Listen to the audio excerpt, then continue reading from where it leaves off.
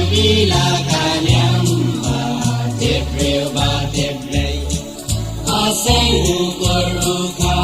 kumbana domen way Riew bila kanyam ba tip Riew ba tip lay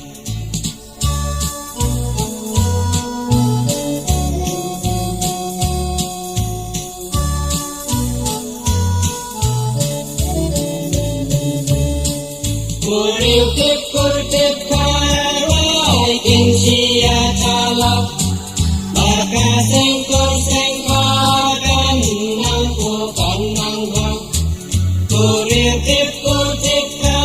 rai kin sia kalap baka sengkor sengkha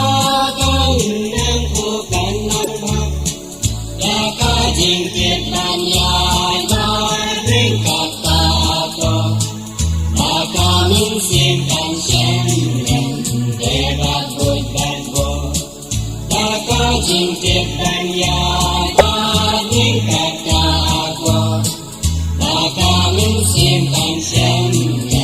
debat bud dan bo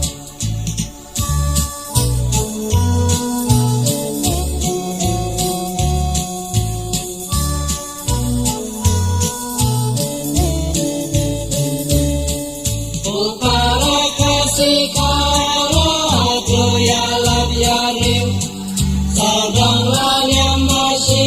siaban lebong tipkha tu para kasih kara tu ya lap ya Riew Saudang Niamkhasi siaban lebong tipkha leng ruban lap yang makan itika ngecap ban long kasyong sok min si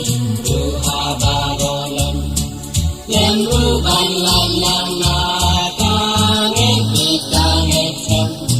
Ban lang kasyong sok min siya